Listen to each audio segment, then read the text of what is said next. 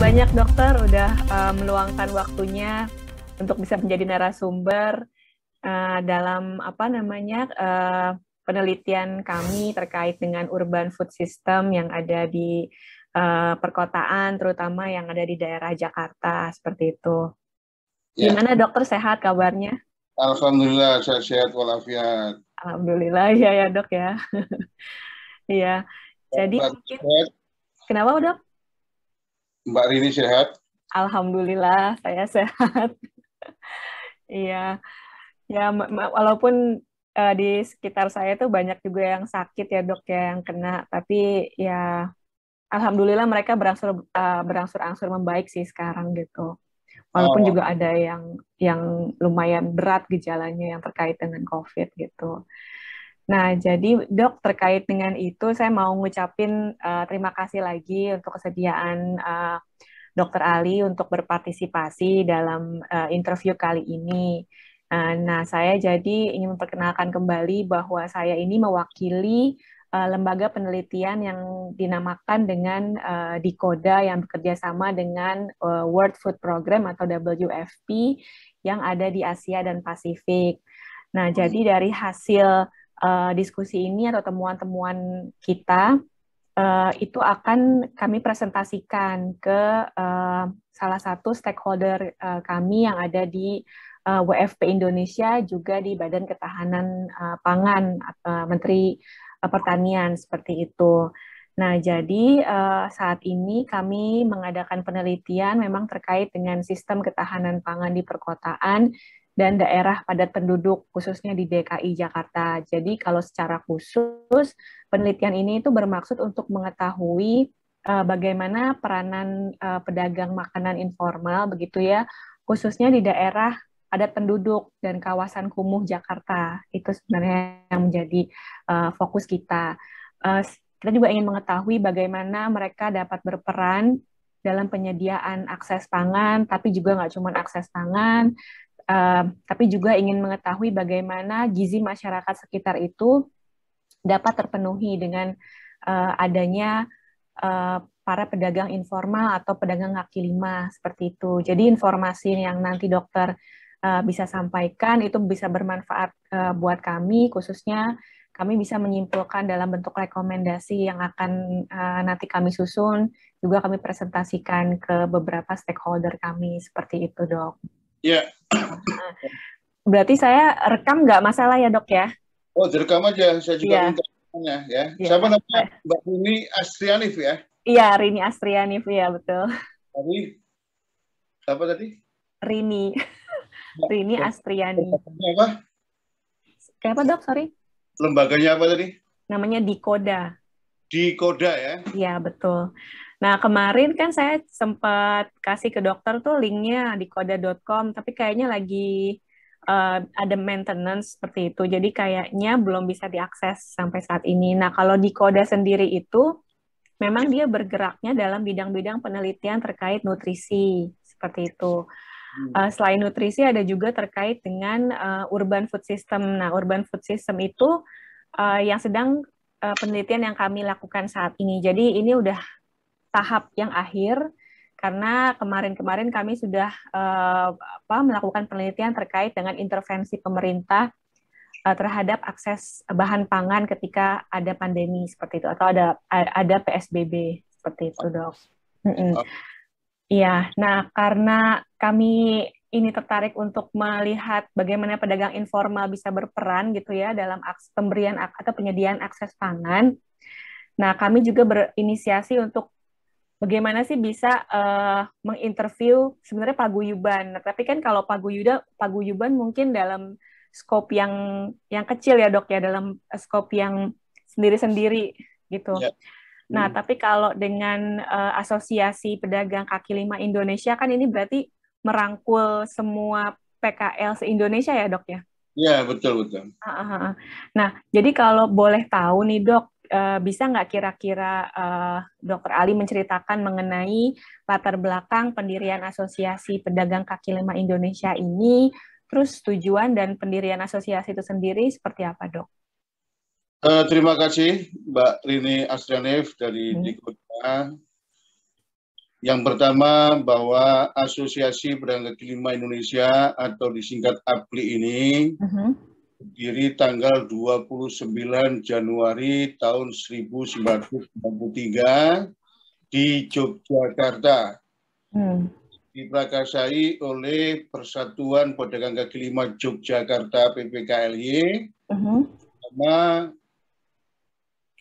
KNPI bersama beberapa institusi dan dipelopori juga oleh beberapa tokoh termasuk almarhum Bapak Adi Sasono, almarhum Prof. Dawam Raharjo, kemudian Bustanul Arifin. Inti dasar pendirian asosiasi ini adalah untuk mengangkat harkat martabat kemanusiaan pedagang kaki lima, untuk memajukan usaha dan ekonomi pedagang kaki lima, sehingga mereka dimanusiakan di negerinya sendiri, sehingga usahanya bisa maju, berkembang dan unggul, dan hidupnya sejahtera, berkeadilan, dan bisa mensekolahkan anak-anak mereka setinggi-tingginya.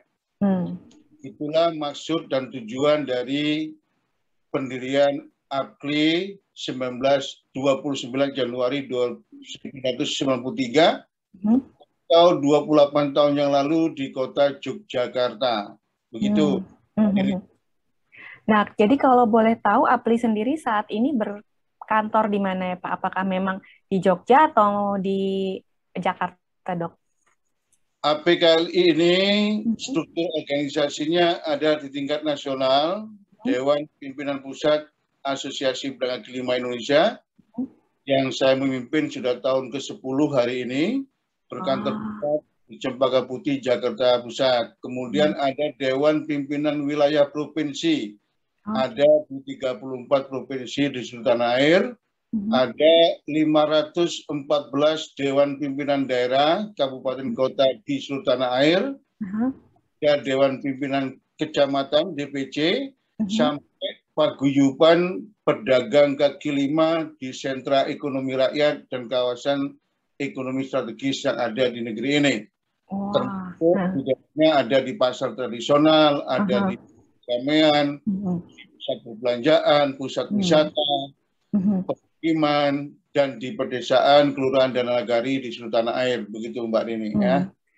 Menarik nih Dok, yang tadi Dok ceritakan, berarti kan dari selama 28 tahun pendirian Asosiasi Pedagang Kaki Lima seluruh Indonesia, kemudian ada turunannya sampai ke level yang paling akar rumput begitu ya Dok ya? Iya, betul. Nah, itu apakah semua dalam artian semua asosiasi ini, asosiasi atau paguyuban sampai ke level akar rumput ini memang terdaftar secara resmi di nasional, atau memang mereka dapat berdiri sendiri, Dok?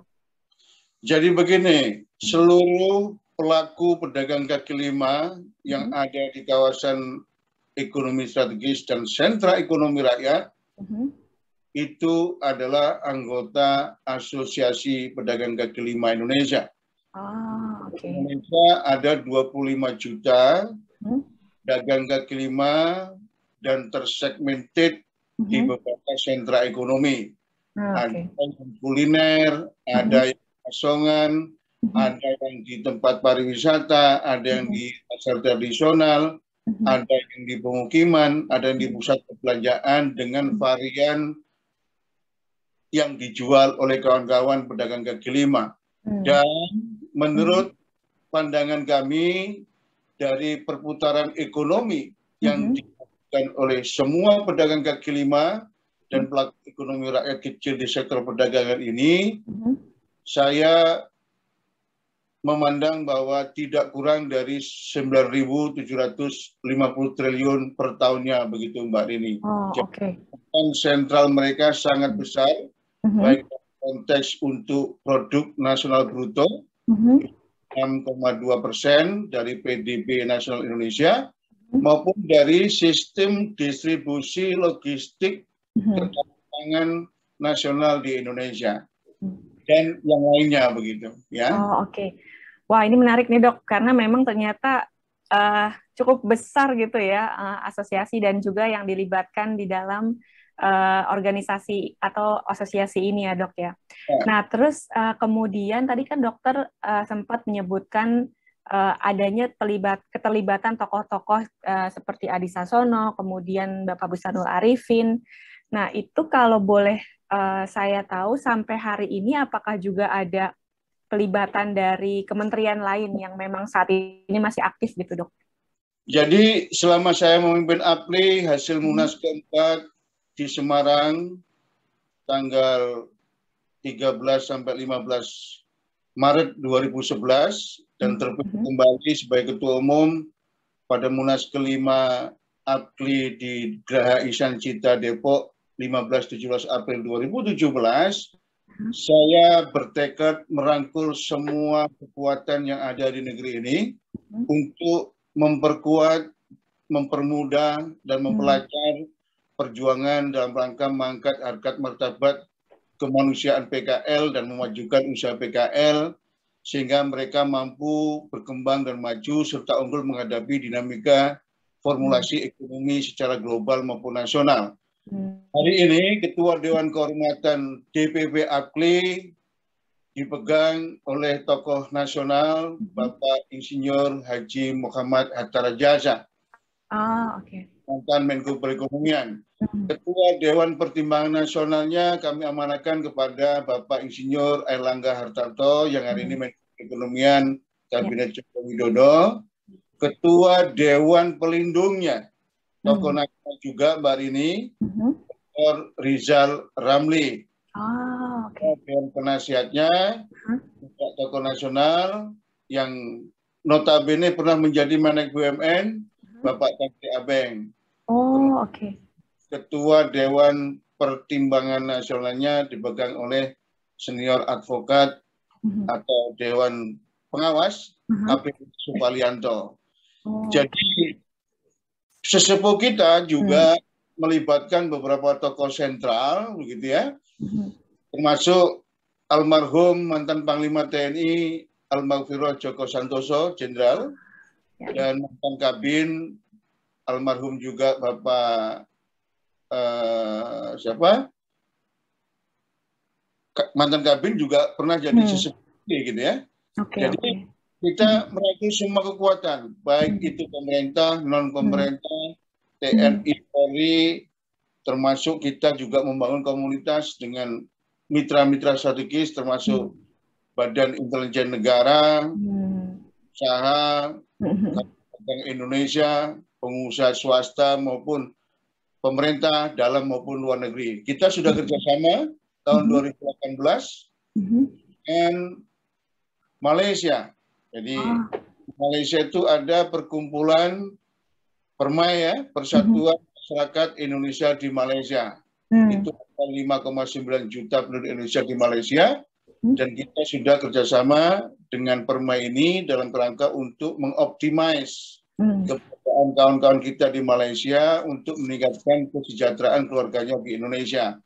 Nah, tadi yang termasuk sesepuh APLI yang sudah wafat, mantan Kabin adalah Legend TNI Haji Mutoyib, Mbak Rini.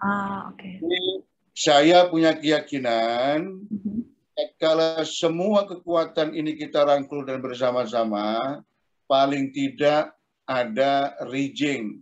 Tatkala ada persoalan, kita bisa duduk bareng bersama-sama, gitu ya.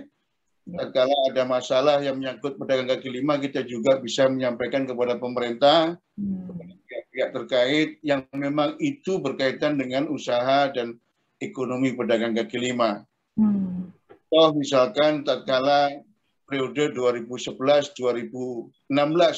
periode saya pertama memimpin APLI, yang merangkul Pak Hatta Rajasa sebagai Menko Perekonomian, Pak Syarif Hasan Menteri Koperasi sebagai Ketua Dewan Pelindung waktu itu, dua Wakil Ketua DPR yang kami rangkul, Rio Budi Santoso sebagai Ketua Dewan Pertimbangan Nasional, kemudian Mas Taufik Kurniawan sebagai Ketua Dewan Penasihat, dan alhamdulillah pada tanggal 30 Desember 2012, sekian lama kita berjuang untuk pengakuan pedagang kaki lima sebagai bagian daripada perekonomian nasional.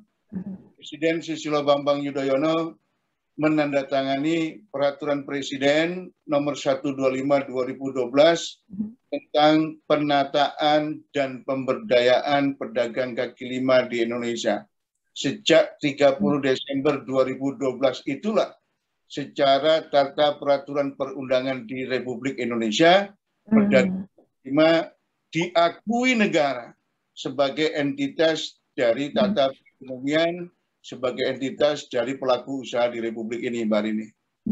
Iya Pak, saya juga membaca sedikit mengenai bagaimana peranan sebenarnya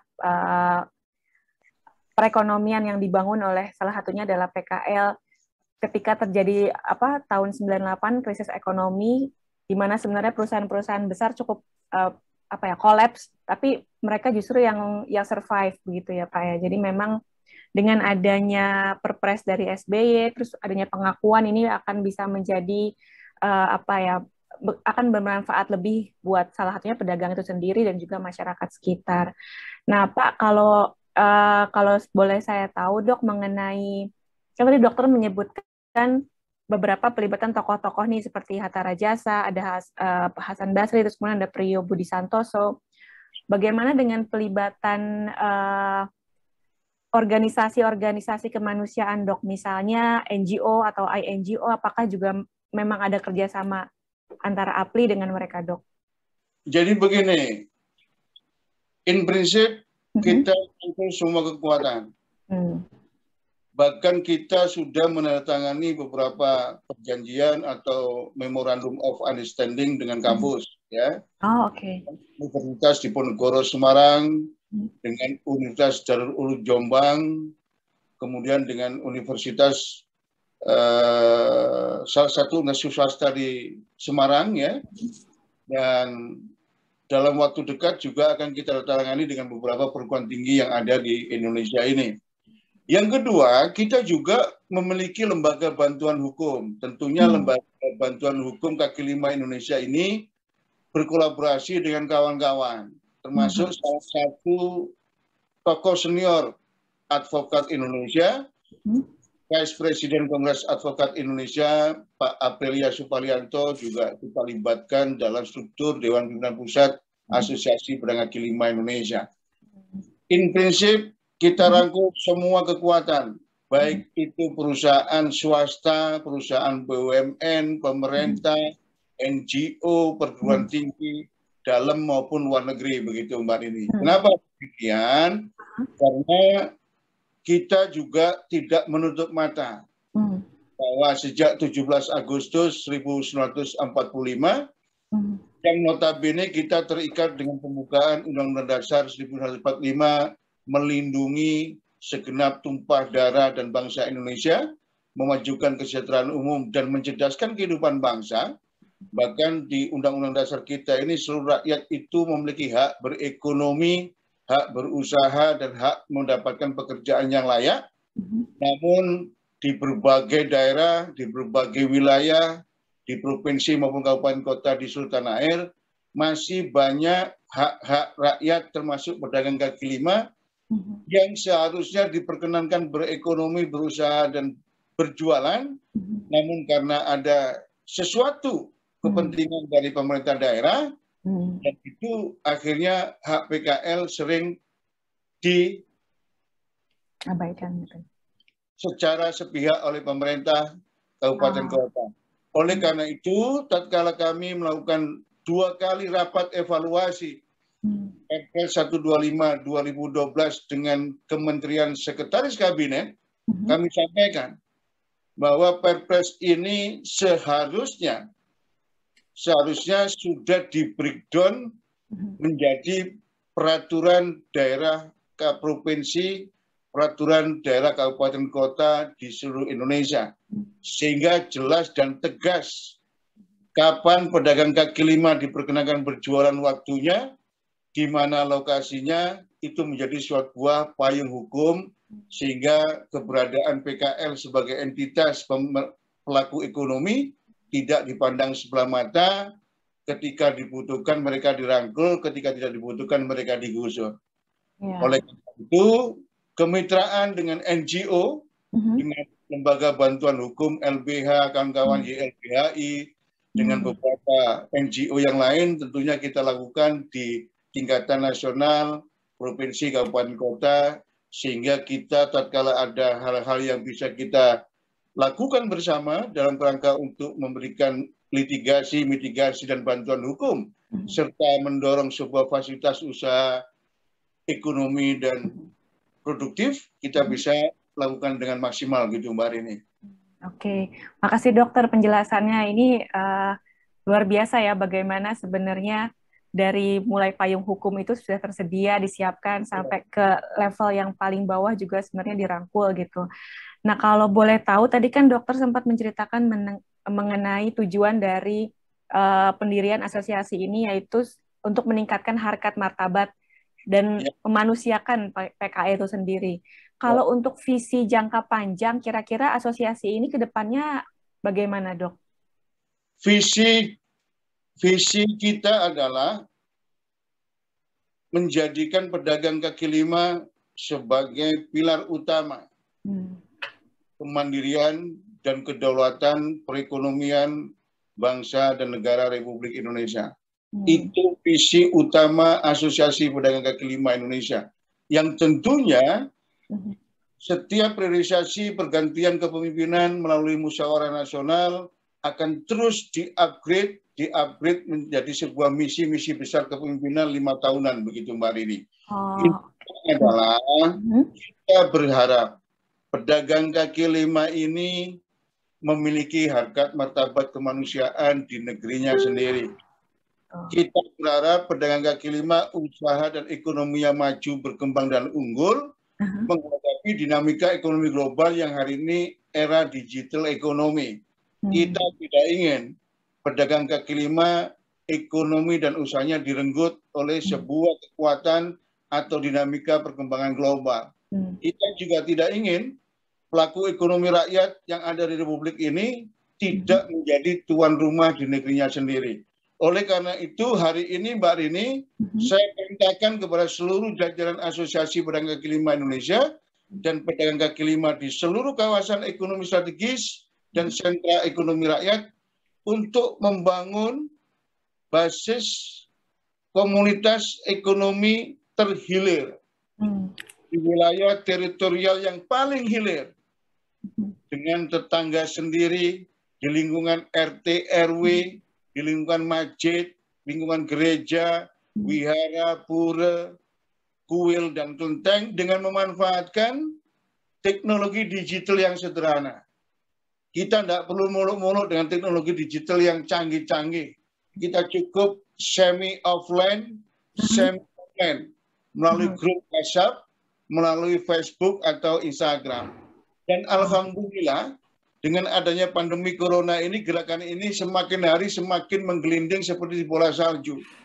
Harapan saya, tatanan budaya, peradaban luhur bangsa ini, gerakan ekonomi dan untuk rakyat, kemudian gerakan belanja di warung tetangga sendiri, jajan di lapak kuliner tetangga rakyat sendiri, membeli produk-produk hasil rakyat dan bangsa kita sendiri. Dengan adanya pandemi corona melalui sebuah basis teritori komunitas ekonomi yang terhilir, saya aku yakin di era digital ekonomi nanti pedagang kaki lima dan pelaku ekonomi rakyat yang lain, di antaranya termasuk pasar tradisional di kawasan wisata, itu akan sangat menentukan kemandirian, keunggulan, dan kedaulatan ekonomi Indonesia. Bahkan di era digital ekonomi yang menguasai basis teritori ekonomi yang terhilir, dia yang akan jadi pemenang dalam konteks persaingan global Mbak Rini. Itu saya menganggap pandemi COVID-19 ini yang sudah berlangsung 1 tahun 4 bulan adalah sebuah oportunitas terbesar bagi ekonomi rakyat, pedagang kaki lima, home industri, dan yang lainnya untuk mundur 1 langkah karena dibatasi dengan PSBB atau PPKM darurat atau PPKM mikro, namun untuk melompat jauh ke depan sebagai pilar utama kemandirian, kemajuan, dan kedaulatan ekonomi bangsa dan negara kita, Mbak Rini. Ingat, lebih dari 70% produk nasional bruto kita itu disumbangsikan oleh UMKM dan sektor informal. Kemudian yang kedua, negeri Indonesia ini, Mbak Rini, adalah negara konsumtif. Pertumbuhan ekonominya ditopang utamanya bukan karena pembangunan infrastruktur, tapi disupport oleh konsumsi rakyat dan bangsa Indonesia. Oleh karena itu, saya hari ini juga memimpin Gumrga Bakti Nusantara yang punya misi besar pendampingan kepada seluruh pelaku UMKM dan sektor informal dan generasi penerus bangsa kita. Yang ini saya sampaikan adalah 2040 hingga 2050 dunia akan terancam krisis energi fosil dan krisis pangan. Indonesia, saya aku yakin syaratnya cuma satu, Mbak Rini.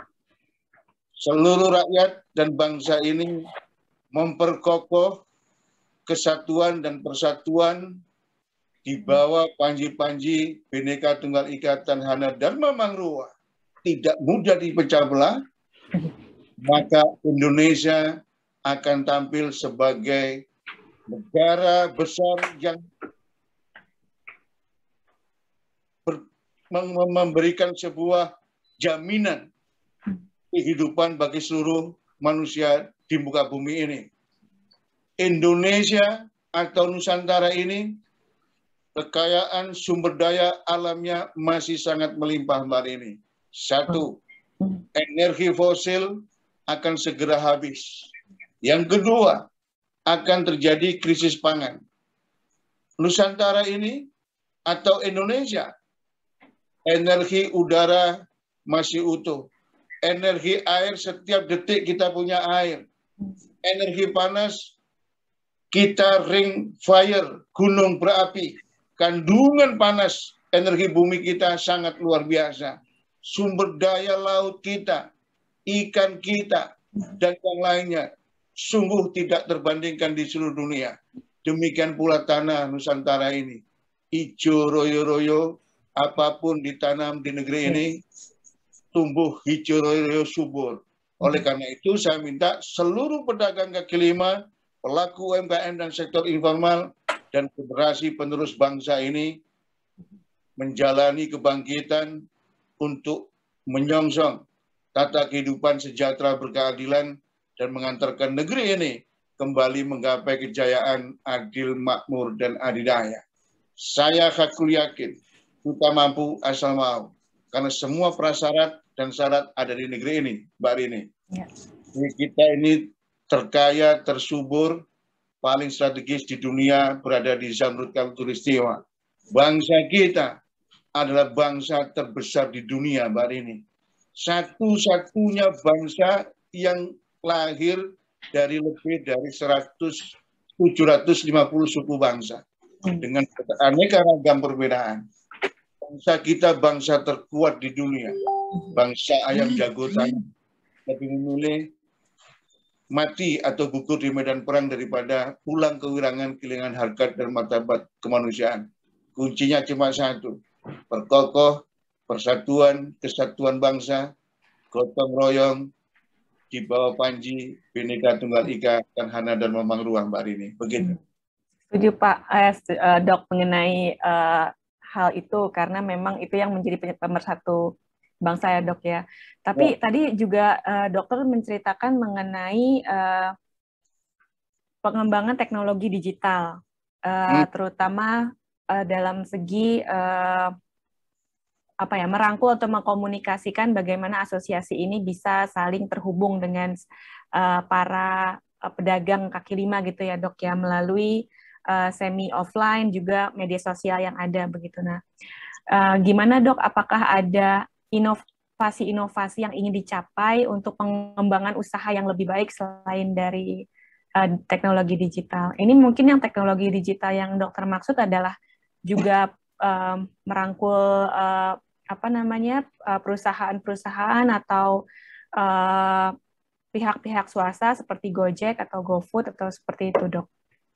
Jadi yang pertama, saya memberikan direction jelas dan tegas untuk memanfaatkan semua oportunitas sebaik-baiknya. Di tingkat paling bawah, di tingkat kabupaten kota, provinsi, dan nasional. Kemudian yang kedua, saya melakukan sebuah planning dan direction ini berbasis sebuah realitas kecenderungan formula ekonomi era digital. Saya masih ingat tatkala di salah satu pesawat mau keluar kota, saya membaca koran Jakarta waktu itu. Di situ ada sebuah artikel, salah satunya adalah Base Time and Strategy Management. Siapa yang cepat, dia yang akan unggul dalam percaturan global. Di era digital ini, kecepatan menjadi penentu kesuksesan sebuah kekuatan dan komunitas ekonomi, baik regional, nasional, maupun global. Itu satu, Mbak Rini.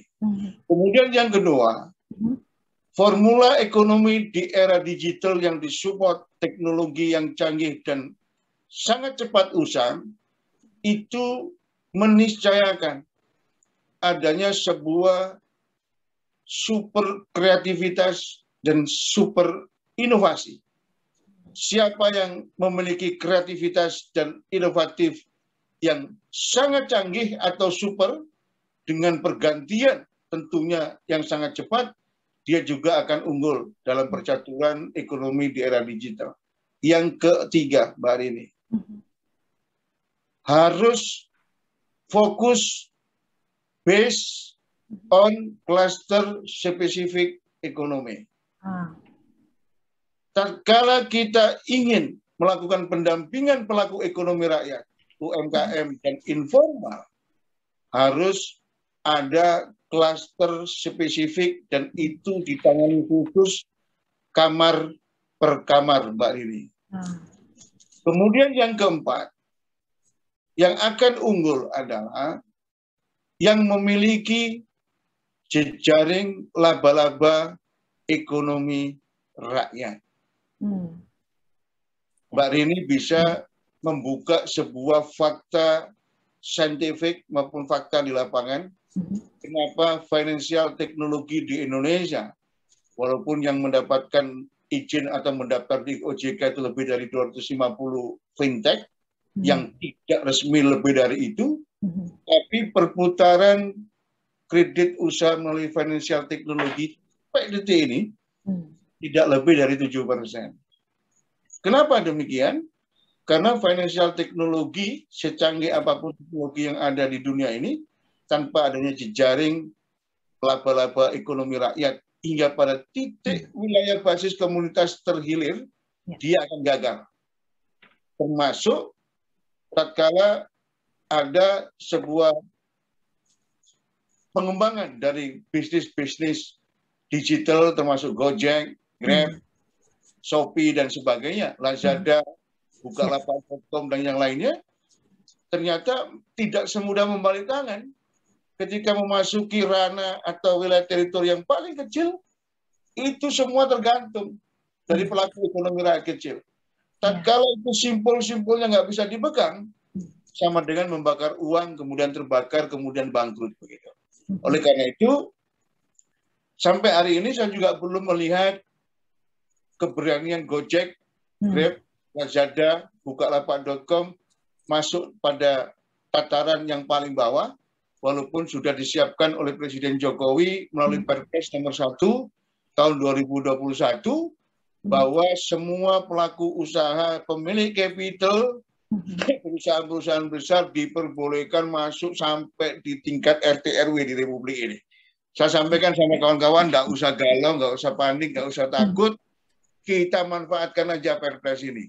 Tatkala kemudian pengusaha besar hadir di desa kita, di kawasan wisata, di pasar tradisional, di lingkungan RT, RW, di pemukiman dan sebagainya, mereka tetap tidak bisa melakukan apa-apa tanpa melakukan sinergi mutualisme dengan pelaku ekonomi rakyat yang terbawah. Jadi, maksud saya adalah kemajuan ilmu pengetahuan dan teknologi harus kita maksimalkan peran dan fungsinya untuk mensupport kemajuan dan ketahanan teman-teman berusaha. Tapi kemajuan iptek ini, Mbak Rini, tidak boleh mengendalikan UMKM dan sektor informal di negeri ini. Apalagi merenggut. Itu tidak boleh. Karena itu melanggar hukum alam semesta. Ilmu pengetahuan teknologi itu dalam konteks hukum alam semesta adalah just support sistem kehidupan, bukan pengendali kehidupan. Pengendali kehidupan tetap kita sebagai manusia yang merupakan makhluk paling sempurna dari Tuhan Yang Maha Kuasa, Allah Subhanahu wa Ta'ala. Begitu, Mbak Rini. Nah, setuju mengenai hal tersebut. Tapi kalau boleh saya tahu, Dok, mengenai pedagang itu sendiri, kira-kira pedagang seperti apa sih, Dok, yang bisa bergabung di dalam atau diayomi sama asosiasi ini gitu? Ada nggak sih standar tertentu gitu? Jadi yang pertama, kita berpatokan pada ADART hasil Munas kelima April 15-17 April 2017 di Geraha Insan Cipta Depok, Jawa Barat.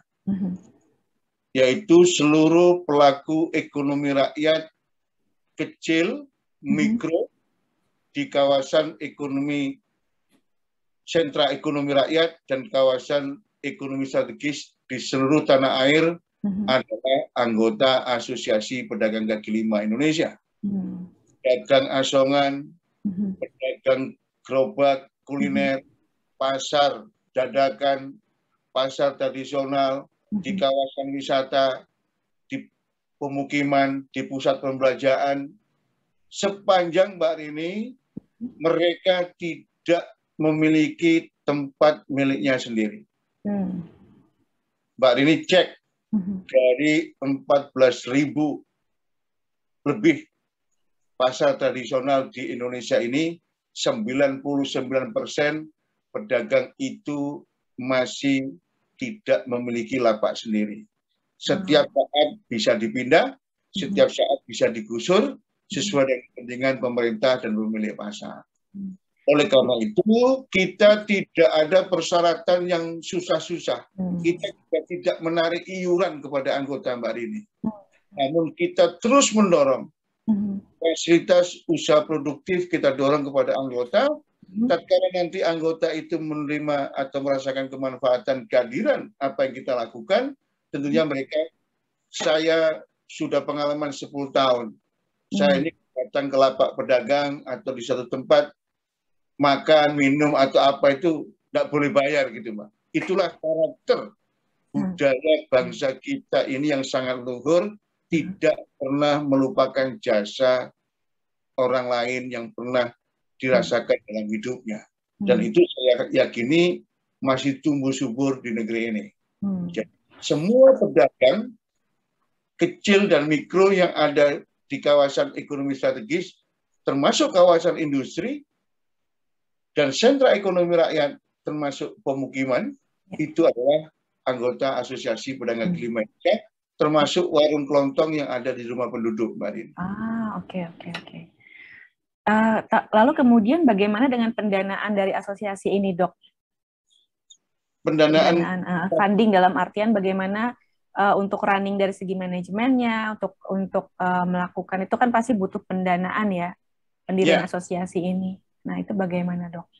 Jadi selama saya memimpin Asosiasi Pedagang Kaki Lima Indonesia ini, kita create pendanaan itu yang pertama dari internal kepengurusan. Ya. Internal kepengurusan ini ya kalau di pusat, Ketua Umum, Ketua Dewan Pertimbangan Nasional, Ketua Dewan Pelindung, Ketua Dewan Penasihat Nasional dan Sesepuh APLI, dan jajaran itu meng-create secara internal untuk pembiayaan organisasi. Demikian pula di tingkat wilayah, Ini di ADRT kita itu seluruh SKPD, Forum Komunikasi Pimpinan Daerah, Pemerintahan Daerah, itu adalah Dewan Pembina.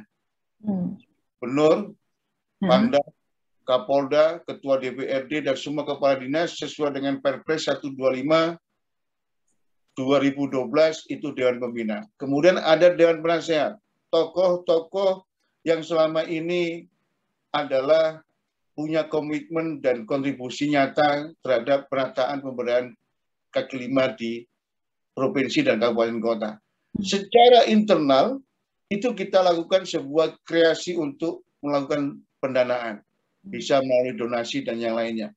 Kemudian kedua, secara eksternal, kita lakukan kemitraan. Kerjasama untuk mengail pendanaan Asosiasi Pedagang Kaki Lima Indonesia. Namun yang perlu digarisbawahi, APLI ini adalah organisasi sosial kemasyarakatan. Tidak boleh bisnis. Yang boleh adalah melakukan Memorandum of Understanding atau perjanjian kerjasama, just memfasilitasi pedagang kaki lima. Contoh, kami kerjasama dengan beberapa bank, baik pemerintah maupun swasta, menyalurkan kredit usaha rakyat. Jadi aku hanya perjanjian dengan Bank BNI, Bank BNI, kemudian Bank Jateng, Bank Banten, dan salah satu bank swasta, tidak boleh saya sebutkan, nah, itu dalam konteks untuk memfasilitasi penyaluran kredit usaha rakyat kepada anggota Asosiasi Pedagang Kaki Lima Indonesia. Kita melakukan seleksi, kita lakukan registrasi, kemudian mereka dapat kucuran kredit usaha rakyat, dan alhamdulillah itu berjalan dengan baik. Nah, disitulah kita secara organisatoris juga bisa mendapatkan sumber pembiayaan. Kami juga melakukan kemitraan di tempat dan sektor-sektor yang lainnya. Inti dasarnya secara eksternal kita create. Yang ketiga, sebenarnya asosiasi ini, Mbak Rini, juga bisa mendapatkan dana dari pemerintah. Kita ini terdaftar di Kemenkumham secara resmi. Tapi sejak saya memimpin, saya melarang kawan-kawan dari pusat sampai kabupaten kota untuk minta dana ke pemerintah.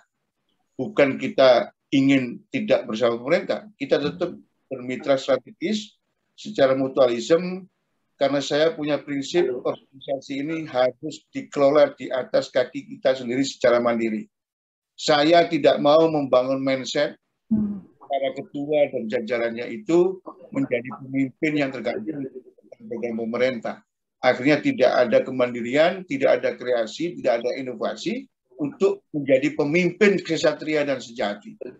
Namun tatkala kemudian pemerintah ada program dan itu ditawarkan kemitraan dengan APLI, kita ini sudah terjadi di berbagai wilayah di tanah air, termasuk di pemerintah pusat, begitu, Pak Rini. Oke dok, nah itu menarik ya mengenai sejarah dan bagaimana sampai sekarang APLI itu juga berkembang seperti itu. Nah kalau saya juga ingin tahu mengenai dampak COVID nih dok kepada para pedagang khususnya. Nah menurut pandangan dokter sendiri dan mungkin ada masukan-masukan dari beberapa anggota, itu kira-kira kendala terbesar yang dihadapi oleh pedagang ketika tahun lalu diberlakukan PSBB dan sekarang PPKM mikro dan darurat gitu ya. Nah, gimana pengaruhnya dari segi transportasi, kemudian akses ke bahan baku atau akses ke bahan pangan. Nah, menurut dokter itu bagaimana dan juga pengaruhnya ke penurunan pendapatan begitu dok? Yang pertama, dampak pandemi Corona atau COVID-19 ini sangat berbeda dengan krisis 97-98. Krisis 97-98 itu PKL dan pelaku ekonomi rakyat kecil menjadi bantalan ekonomi nasional dari kebangkrutan atau jadi pahlawan ekonomi nasional. Tatkala yang kecil menengah atas bangkrut, ini tumbuh subur bahkan menjamur di tanah air, dan waktu itu Presiden Soeharto seakan-akan membiarkan pedagang kaki lima itu muncul seperti jamur di seluruh tanah air, dan hingga jumlahnya bertambah hingga 5 sampai 10 juta waktu itu, ya. Nah, pada saat pandemi corona ini yang terawal dan terberat terdampak ekonomi karena pandemi COVID-19 adalah usaha mikro, kecil, menengah, dan informal, termasuk pedagang kaki lima. Yang ingin saya sampaikan adalah, saya sudah menyampaikan di salah satu televisi swasta dengan judul acara Indonesian Town Hall, tanggal 25 Maret 2020, waktu itu bersama Menteri Pertanian, Menteri Sosial, Sesmenko Perekonomian, dari Bulog, dari Grab, Ketua Umum Kadin Rosan, kemudian juga almarhum Ekonom Indef, ya, Mbak Rini kalau nggak salah, ya, satu ekonom, bahwa pandemi corona ini yang harus kita sikapi adalah menyangkut daya tahan ekonomi ratusan juta penduduk Indonesia. Ingat, Mbak, UMKM ini ada 64 juta. 98% dari total usaha yang ada di Indonesia, menghidupi ratusan juta. Asian Development Bank bulan Juli 2020 menyampaikan hasil risetnya di Indonesia, 48,6% UMKM itu gulung tikar atau sekitar 31,5 juta. Oleh karena itu, saya kemarin juga menyampaikan di berbagai wawancara radio, ya, sama diminta oleh teman-teman jurnalis, bagaimana dengan PPKM darurat COVID-19 ini. Saya sampaikan bahwa hari ini seluruh pedagang kaki lima, pelaku UMKM dan informal, savingnya sudah habis. Daya tahannya sudah habis. Bahkan untuk makan sehari-hari saja, mereka sudah jualan aset atau pinjam ke sana kemari.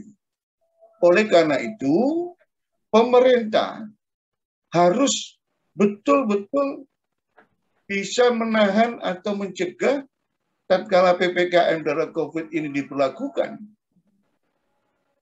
itu tidak terjadi perluasan kemiskinan dan ancaman kelaparan, Mbak Lili. Karena saya tidak ingin negeri ini terjadi gejolak sosial karena kelaparan. Saya tidak ingin. Kalau itu terjadi secara masif, susah dikendalikan. Itu satu. Kemudian kedua, apa kesulitan pedagang kaki lima dan pelaku ekonomi rakyat? Yang pertama, pasti mereka mengalami pembatasan untuk berusaha dan berjuang. Di PSBB kemarin juga demikian. Hari ini Mbak Rini juga dengar di pasar Tanah Abang tendanya dibongkar semena-mena, ya. Pedagangnya kejar-kejar TNI, Polri dan Satpol PP kayak teroris. Di Semarang tendanya dibongkar dengan kendaraan kebakaran sehingga rusak. Kemudian di Cianjur bukan hanya pedagang bubur, juga pedagang bakso yang divonis 5 juta atau 5 hari kurungan. Demikian juga di Garut, bahkan hari ini di Surabaya ada aksi menolak PPKM darurat COVID-19. Dan kita saksikan dengan kasat mata sendiri, melalui media sosial, melalui TV, dan kita datang sendiri. PPKM darurat 19 ini menurut saya bahkan menciptakan sebuah kerumunan baru, dan itu berisiko untuk lonjaknya COVID-19. Kemudian yang ketiga, Mbak Rini, jelas dan tegas atas pembatasan PPKM, pembatasan PSBB, itulah terjadi sebuah penurunan omset, bahkan ambruknya pedagang kaki lima hari ini, sesuai dengan hasil kunjungan saya ke Jogja, ke Mataram, ke Jawa Timur, ke Jawa Barat, dan di Banten serta di DKI Jakarta, 60-70% pedagang kaki lima bangkrut atau gulung tikar. Mereka sudah alih profesi jadi kuli bangunan, jadi buruh tani, asal bisa kail rezeki untuk makannya teman keluarga dan sekolahnya anak-anak. Kemudian yang ketiga, Mbak Rini, dengan adanya pembatasan-pembatasan itu tentunya ada hambatan-hambatan dari sisi sistem distribusi dan logistik di Indonesia. Untuk mengakses bahan baku mengalami kesulitan. Untuk penghantaran kepada tempat dari home industri ke lapak mengalami kesulitan. Dan ini juga yang perlu digarisbawahi, hambatan-hambatan sistem distribusi dan logistik ini juga akibat kebijakan untuk mengendalikan pandemi, PPKM darurat COVID maupun PSBB. Dan yang terakhir, Pak Rini, ini statement bukan dari Ali Masyun, tapi dari pedagang kaki lima, baik itu di Jogja, di Mataram, kemudian di Surabaya, Mojokerto, Jawa Timur, Jawa Barat, dan yang lainnya. Pak Dokter, kami sudah berusaha mentaati protokol kesehatan, jualan, kami juga berusaha untuk segera divaksinasi. Namun Pak Dokter yang beli tidak ada.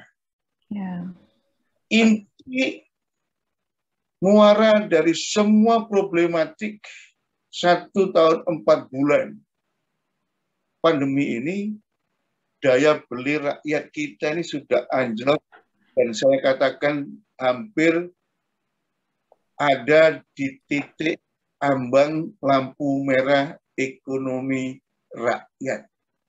Ini sangat berbahaya, Mbak Rini. Tatkala kemudian saya baru mendengar ini, Menko Keka, Pak Muhadjir, senior saya sendiri, sama-sama alumni sebuah organisasi di Malang, ada percepatan penyaluran bansos tunai 600.000 misalnya.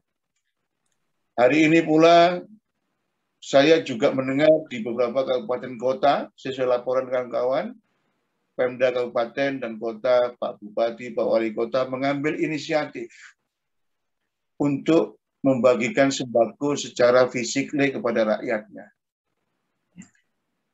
Namun, saya tetap minta kepada Joko Widodo sebagai Presiden, Kepala Pemerintahan, dan Kepala Negara untuk menjadi panglima tertinggi penanganan COVID-19 untuk melindungi ekonomi rakyat dengan pemutihan BI checking, pemutihan beban bunga kredit tertunggak selama pandemi, sehingga 253 triliun rupiah itu bukan retorika pemerintah. Sehingga dana LPDB KUMKM di bawah Kementerian Koperasi itu juga bukan retorika. SR-nya, program kemitraannya Erick Thohir sebagai Menteri BUMN juga bukan retorika. Dana yang ada di program pembiayaan kementerian, termasuk Kementerian Pertanian, Kementerian Perikanan, dan yang lainnya itu bukan retorika belaka. Tatkala kebijakan ini tidak diambil, maka tidak ada gunanya pemerintah melakukan retorika, ada KUR, ada program pembiayaan, ada CSR, dan yang lainnya. Yang ketiga, yang tidak kalah pentingnya, Mbak Rini, tanggal 6 Juli kemarin 2021, kasat mata kita saksikan sendiri.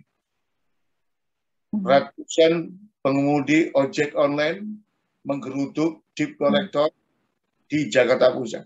Hampir terjadi baku hantam antara rakyat kita. Presiden hari ini juga harus memberlakukan kembali relaksasi leasing kendaraan roda 2 dan roda 4. Ini sangat penting karena ojek online dengan PPKM darurat COVID-19 atau PSBB tahun lalu itu mengalami kesulitan untuk membayar cicilan kredit roda 4. Dan yang terakhir, Mbak, ingin saya sampaikan di sini. Saya minta Presiden Jokowi tidak punya niatan sebagaimana disampaikan oleh Menteri Keuangan Sri Mulyani akan memungut pajak bakso dan UMKM dalam kondisi keterbatasan seperti hari ini. Ya. Saya juga sudah minta kepada Presiden, berapapun negara itu harus menyediakan budget, mau hutang dari luar negeri, mau hutang dari neraka atau hutang dari rakyat itu nggak penting. Yang penting hari ini satu, Pak Jokowi sebagai kepala pemerintahan dan kepala negara, sebagai panglima terdepan di negeri ini, melindungi jiwa keselamatan seluruh rakyat dan bangsa Indonesia. Yang kedua, mencukupi kebutuhan pokok seluruh rakyat dan bangsa ini. Yang ketiga, mendorong geraknya roda ekonomi rakyat di seluruh tanah air. Yang keempat, segera memulihkan resesi dan krisis ekonomi di negeri ini. Dan yang paling penting yang kelima, Mbak Rin, Presiden harus mampu menjaga harmoni, kesatuan dan kelautan bangsa ini, kedaulatan negeri dan Indonesia. Dan yang terakhir, Presiden hari ini sudah waktunya melumerkan diri.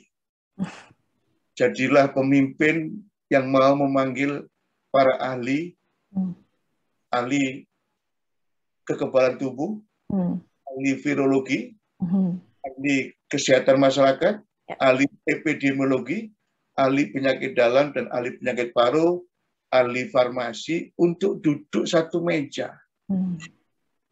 Bicaralah apa ini virus COVID-19.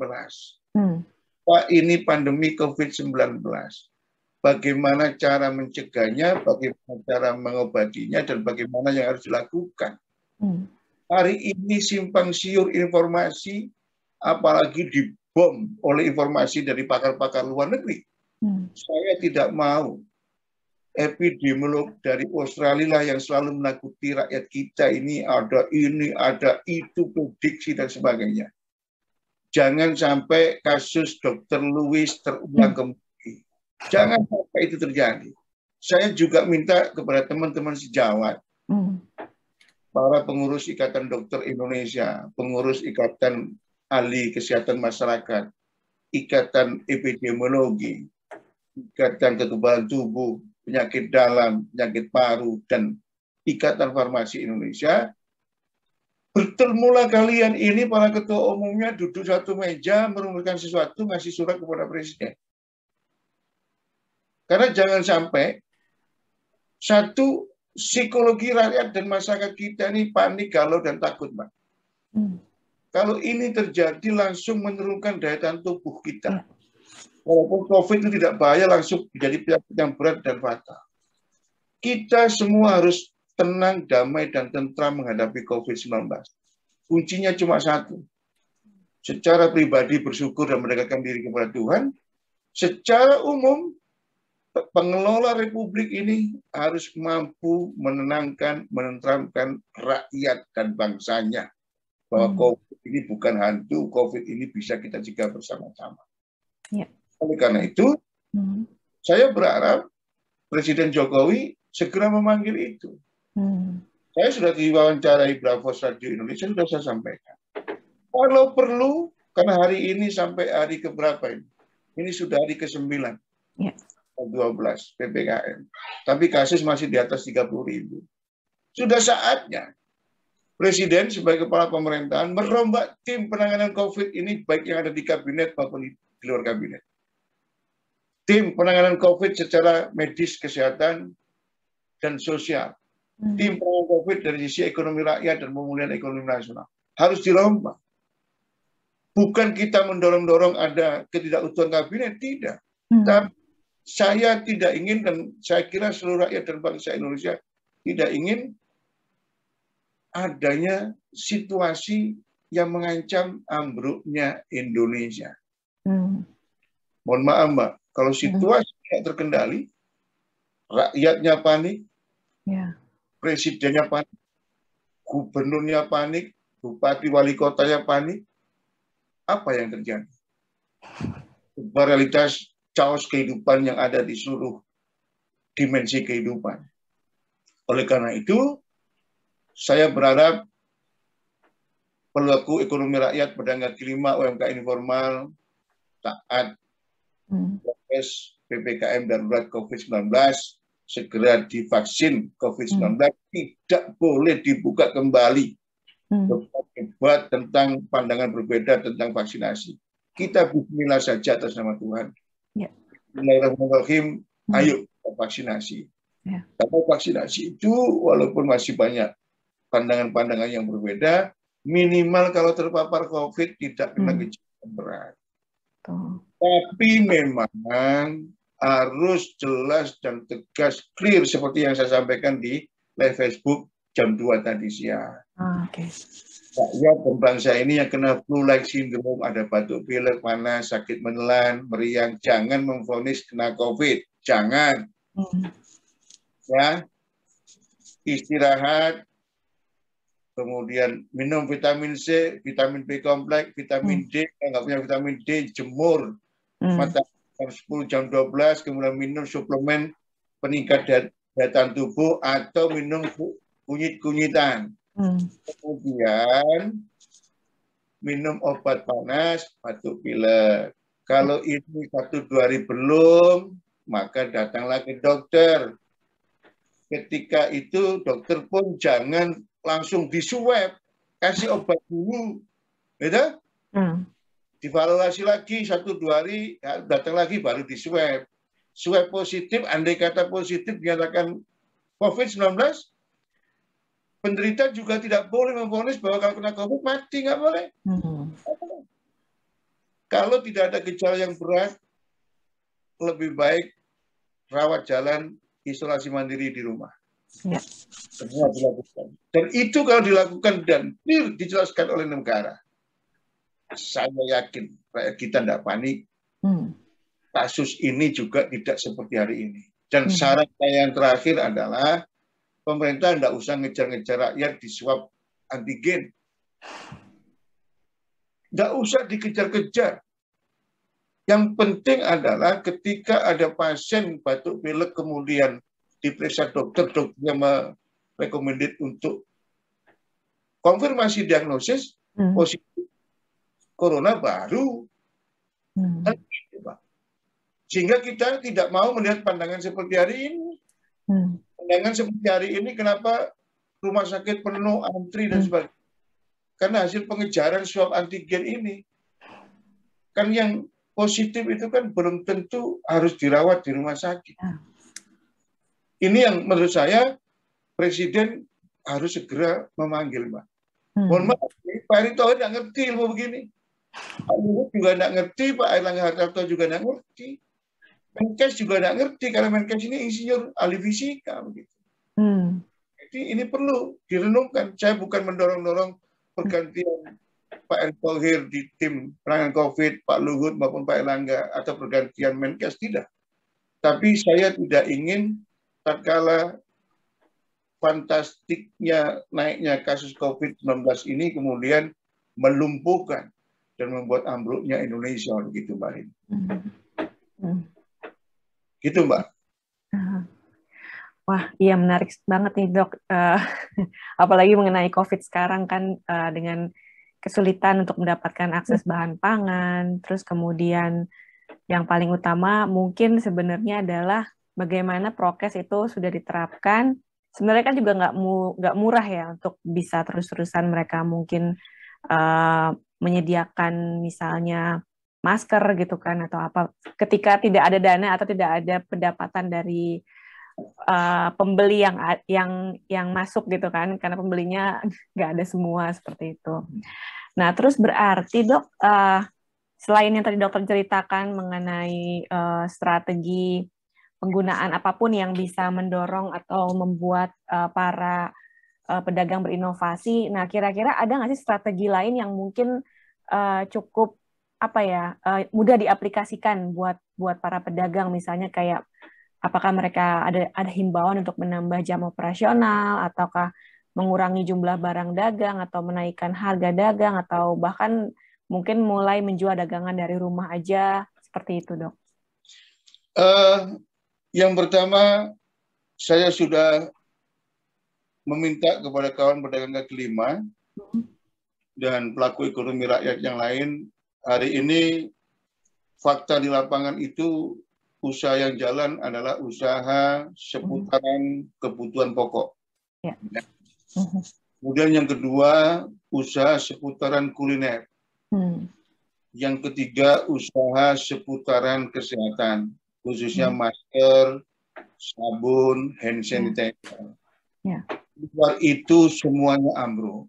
Oleh karena itu, saya minta kepada kawan-kawan yang hari ini memang fokus usahanya di luar 3 bidang tadi untuk beralih. Itu satu. Jadi kawan-kawan saya minta fokus untuk di sektor kebutuhan pokok sehari-hari, kemudian kuliner, sama kesehatan. Karena sampai hari ini garmen sudah belum bergerak, properti belum bergerak, sektor-sektor yang lain juga belum bergerak, begitu ya. Kemudian kedua, yang paling penting dan paling mendasar itu adalah sebuah strategi untuk membangun basis komunitas ekonomi teritori yang terhilir, seperti saya katakan tadi.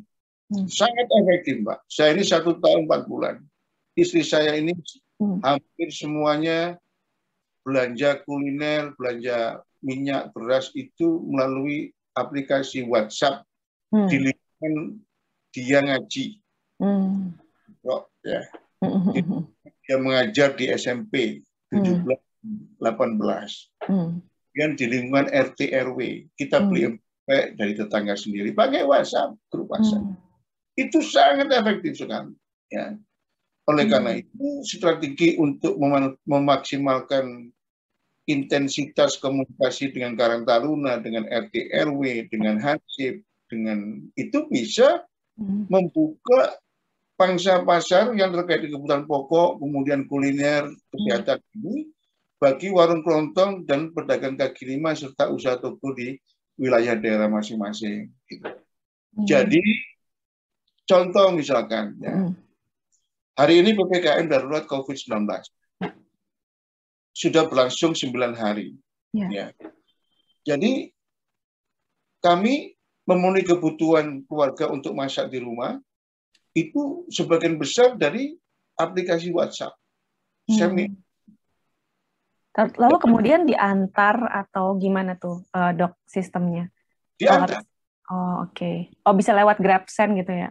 Bisa lewat Grab, bisa lewat Gojek, bahkan sekarang ada sebuah inisiasi baru memanfaatkan yang punya motor di rumah penduduk.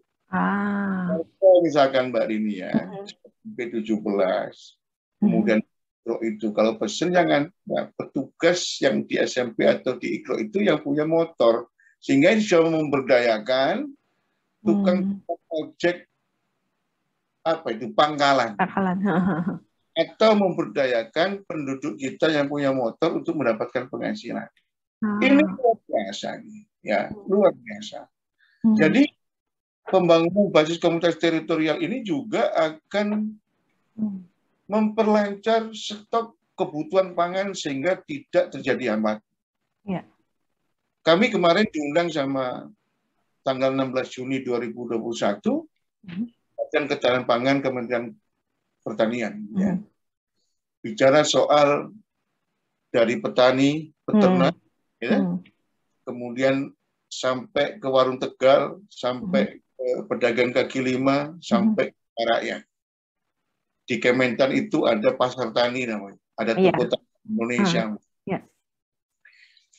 Saya sampaikan sama Prof.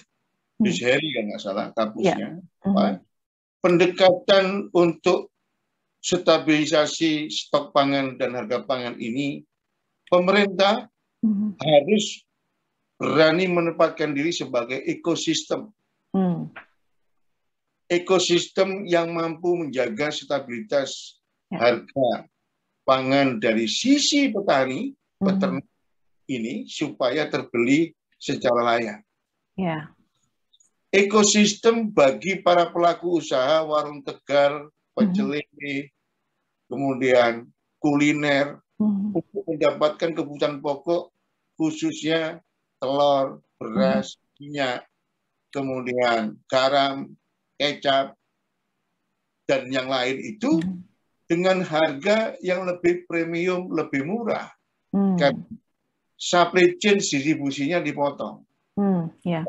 Banyak jalur begitu. Dan untuk itu saya bilang, Kementan, Menteri Pertanian atau Kepala Badan Ketahanan Pangan dalam kondisi pandemi ini dengan dasar menjaga ketahanan pangan nasional, tidak ada ancaman distribusi bahan pangan kepada rakyat, kemudian menggerakkan roda ekonomi, Menteri Pertanian dan atau Kepala Badan Ketahanan Pangan Kementan bisa mengambil kebijakan diskretif, garantor. Saya bilang begini, garantor untuk apa? Garantor untuk ke lembaga keuangan. Supaya komunitas warung Tegal Nusantara, Persatuan Pecel Lele, Seafood Brebes, Persatuan Pecel Lele Lamongan, Tahu Tetek Lamongan, kemudian Soto Ambengan, warung Kelontong dan sebagainya itu, tatkala mereka dikonsolidir melalui komunitasnya masing-masing, hitunglah di situ, oh pecel lele butuh 1.000 ton per bulan. Beli ke vendor, pakai KPDN bank, tapi garantinya Kementan. Saya bilang. Kalau tanpa skema begini, apa yang dilakukan oleh Menteri Pertanian juga mubazir, saya bilang.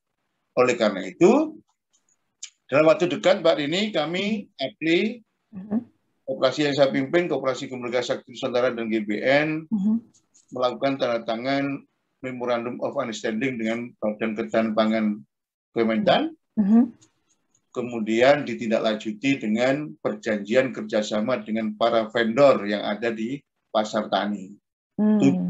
Satu, memperpendek supply chain distribusi, kebutuhan pangan, termasuk cabai rawit, cabai merah, bawang merah, bawang putih, dan yang lainnya. Supaya tujuannya ada dua sisi, Mbak Rini. Para petani, peternak tidak boleh mengenal anjlok harga tatkala panen raya. Setiap musim harus terbeli dengan harga yang layak. Nggak seperti hari ini. Demikian juga pelaku usaha yang di hilir, warung Tegal, warung Kelontong, kuliner, kemudian soto dan yang lainnya itu mendapatkan akses kebutuhan bahan baku yang mereka jual ini dengan mudah, cepat, dan harga terjangkau, serta ada skema pembiayaan yang benar. Itu yang saya maksud dari DKODA atau apa namanya, World Food Program. World Food Program ini paling penting dan paling mendasar adalah bagaimana kita bersama-sama membangun ekosistem stabilitas dan harga pangan Indonesia. Betul. Kalau itu bisa dilakukan, Mbak, nggak perlu ada blog. Nggak perlu ada blog.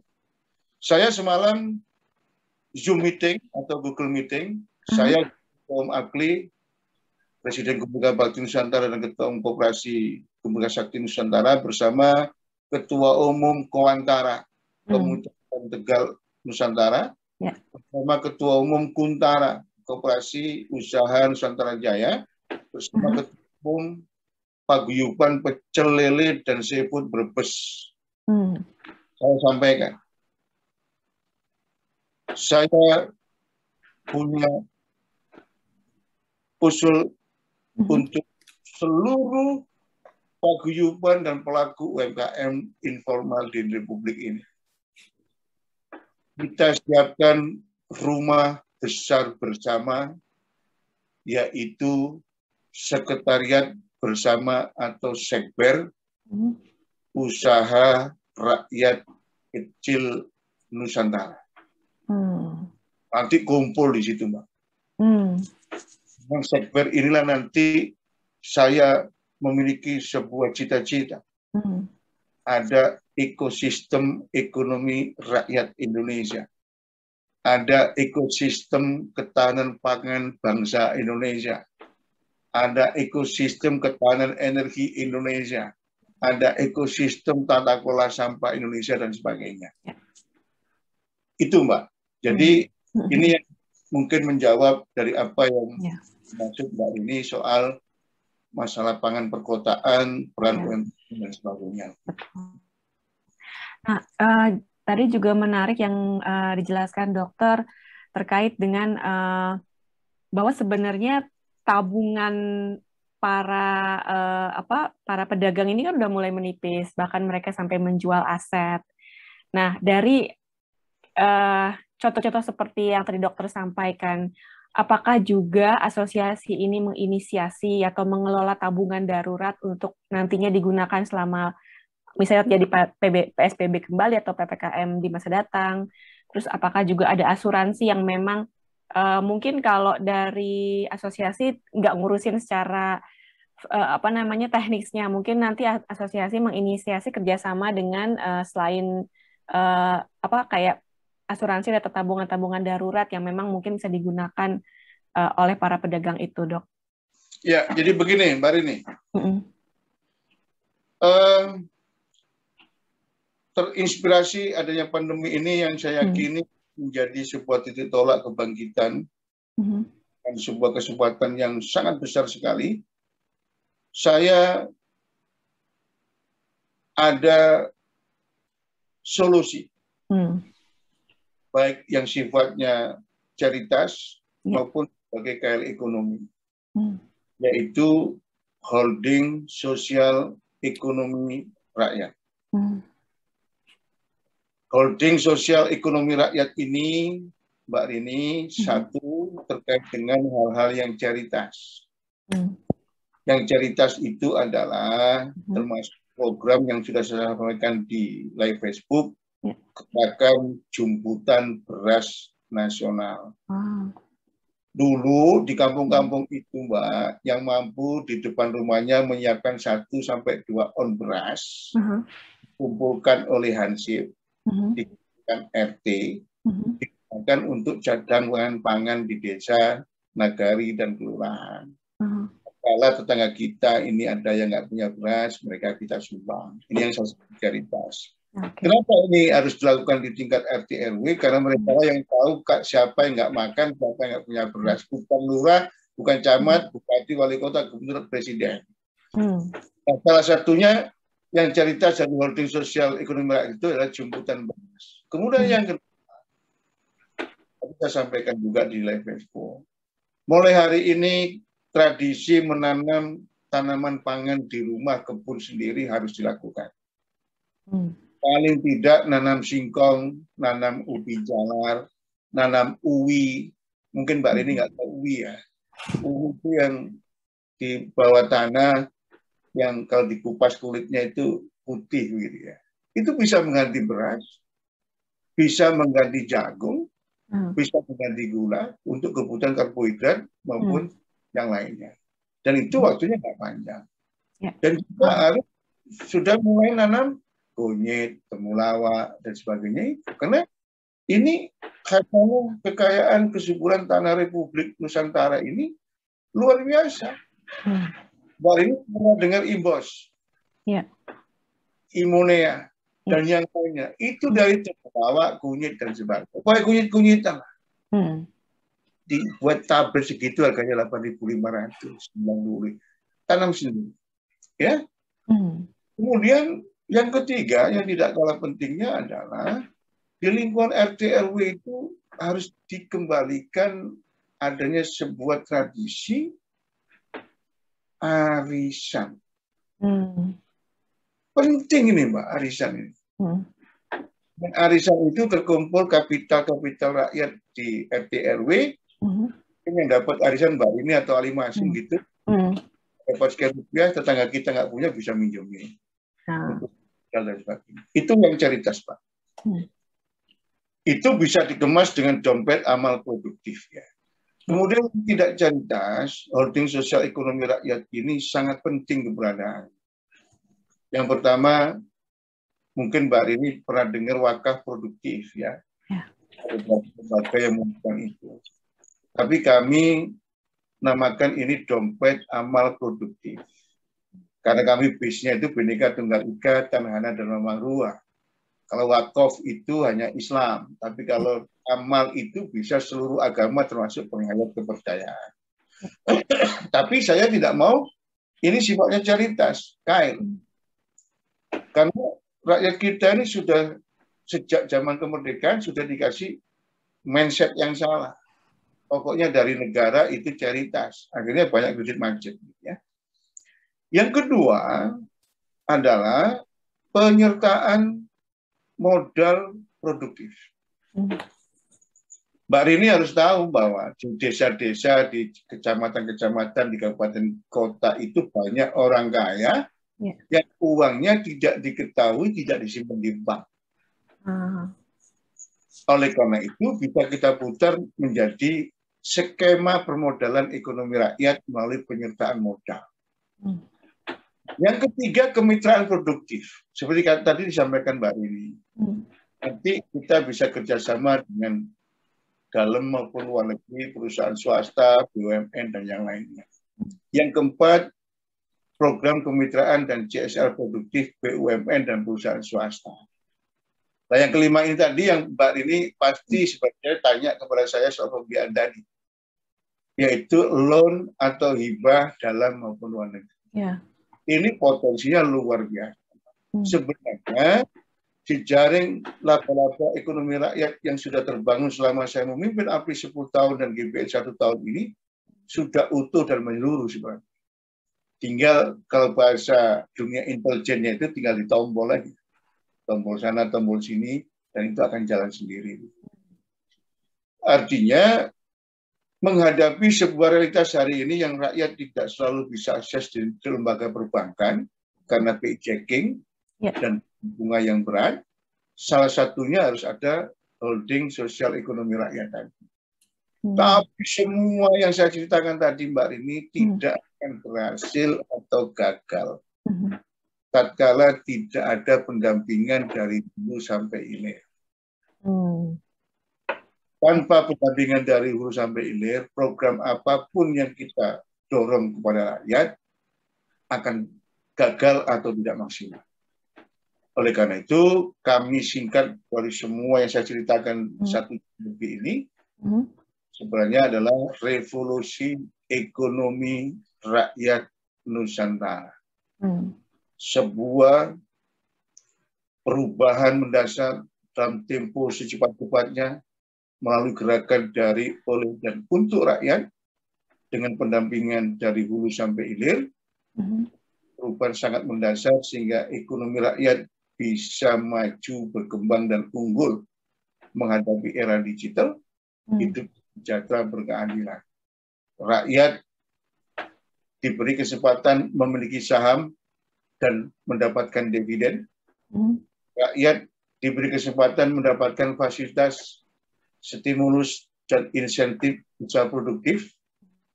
Rakyat dilibatkan secara langsung dalam menggerakkan roda ekonomi berbasis cluster spesifik based on teritori ekonomi terhilir di support teknologi. Singkat ceritanya begitu, Mbak. Dan itu kalau terjadi, agregat kekuatan ekonomi rakyat ini akan menjadi kekuatan sangat besar. Bahkan saya beryakinan menjadi kekuatan raksasa ekonomi dunia. Dok, maaf ini jadinya mengambil waktu, mungkin ingin ibadah atau pengen sholat maghrib, jadi saya tapi saya sebenarnya masih banyak pertanyaan nih Dok. Ini gimana nih Dok, apa mau dilanjut lagi atau memang dulu? Sholat dulu, sholat maghrib sudah 6:30. Nanti Mbak Rini telepon lagi berapa? Terserah dokter kalau bisa. Kalau itu telepon lagi jam 7 kurang 15, ya? Boleh Dok. Ya, kita juga pengen sholat. Oke, ya. Oke, makasih ya Dok ya. Ya, assalamualaikum.